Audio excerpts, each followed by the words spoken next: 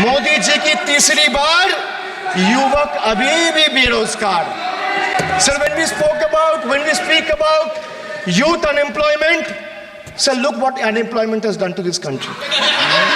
This is the perfect example. Sir, they've gone mad. This is what unemployment has done, sir. Sir, Modi ji की तीसरी बार युवक अभी भी बेरोजगार. एक मिनट, आप जैसे सुन के आए हैं, ऐसे भी ये लोग भी सुन के आए हैं, तो रेस्पेक्ट ईच अदर. तो आप थोड़ा सा इस भाषा का देखो. प्लीज, मोदी जी की तीसरी बार प्लीज मोदी जी की तीसरी बार आप लोग बैठे. Abhishek ji please continue. मोदी जी की तीसरी बार युवक अभी भी बेरोजगार.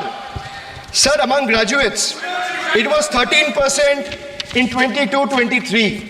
Among postgraduates and above, it was 12.1% in 22-23. The Skill India mission aimed to train 400 million people by 2022, but only 14 million received training by 2024. The target still remains a distant dream.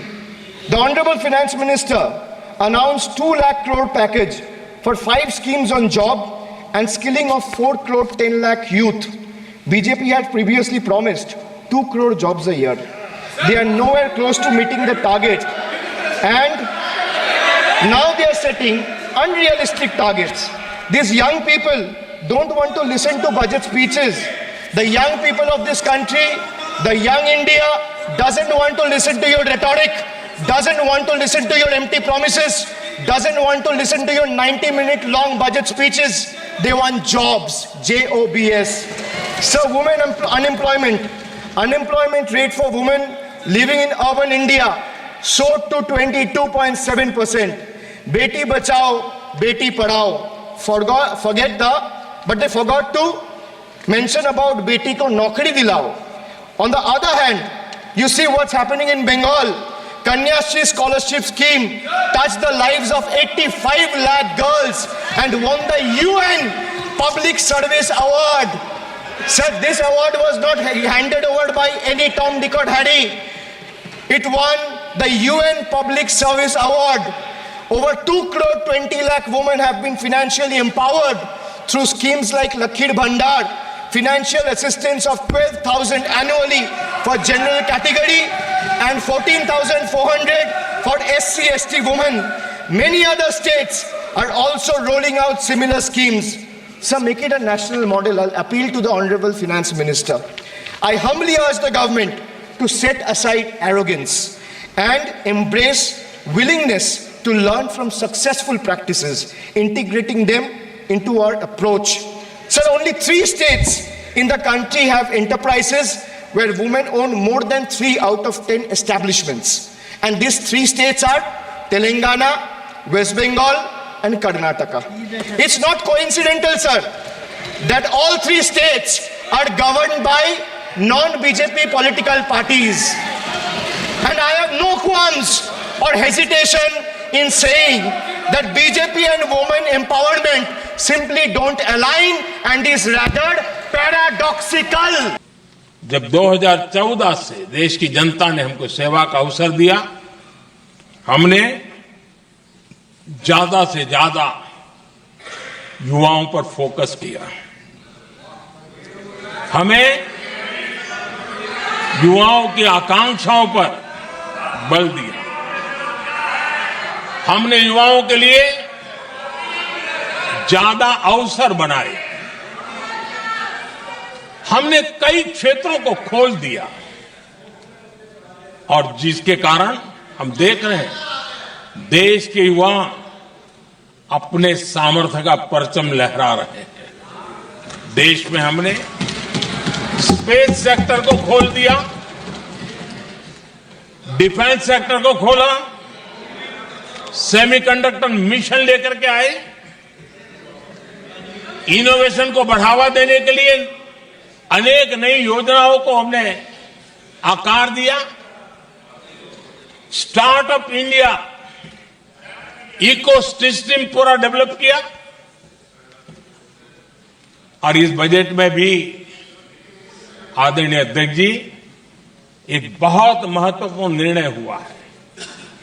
12 lakh की आय पर income tax की माफी, ये समाचार इतना बड़ा बन गया कि बहुत सी महत्वपूर्ण चीजों पर अभी भी कुछ लोगों का ध्यान नहीं गया है।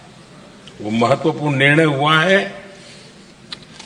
हमने न्यूक्लियर एनर्जी सेक्टर को ओपन कर दिया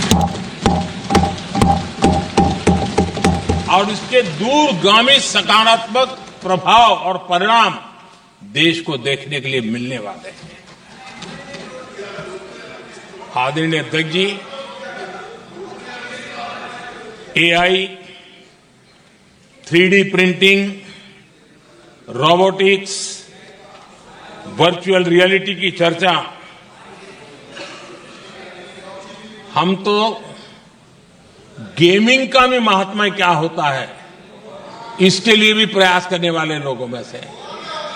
मैंने देश के नौजवानों से कहा है कि दुनिया का गेमिंग क्रिएशन का, क्रिएटिविटी वर्ल्ड का कैपिटल भारत क्यों न बने। और मैं देख रहा हूं बहुत तेजी से हमारे लोग काम कर रहे हैं। हम लगातार युवा भविष्य को ध्यान में रखते हुए काम कर रहे हैं, लेकिन कुछ दल हैं जो लगातार युवाओं के साथ धोखा कर रहे हैं, उन्हें धोखा दे रहे हैं। ये दल चुनाव के दरमियान ये भत्ता देंगे, वो भत्ता देंगे, वादा तो करते हैं लेकिन पूरा नहीं करते हैं। ये दल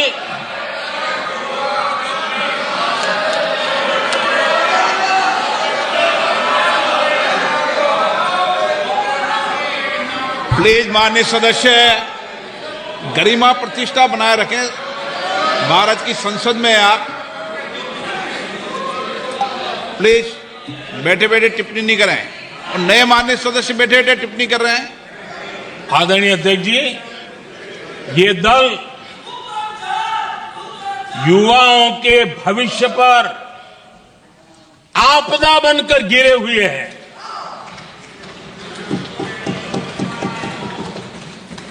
आदरणीय अध्यक्ष जी, हम कैसे काम करते हैं ये हरियाणा में अभी अभी देश ने देखा है। बिना खर्ची, बिना पर्ची नौकरी देने का वादा किया था। सरकार बनते ही नौकरी मिल गई नौजवानों को।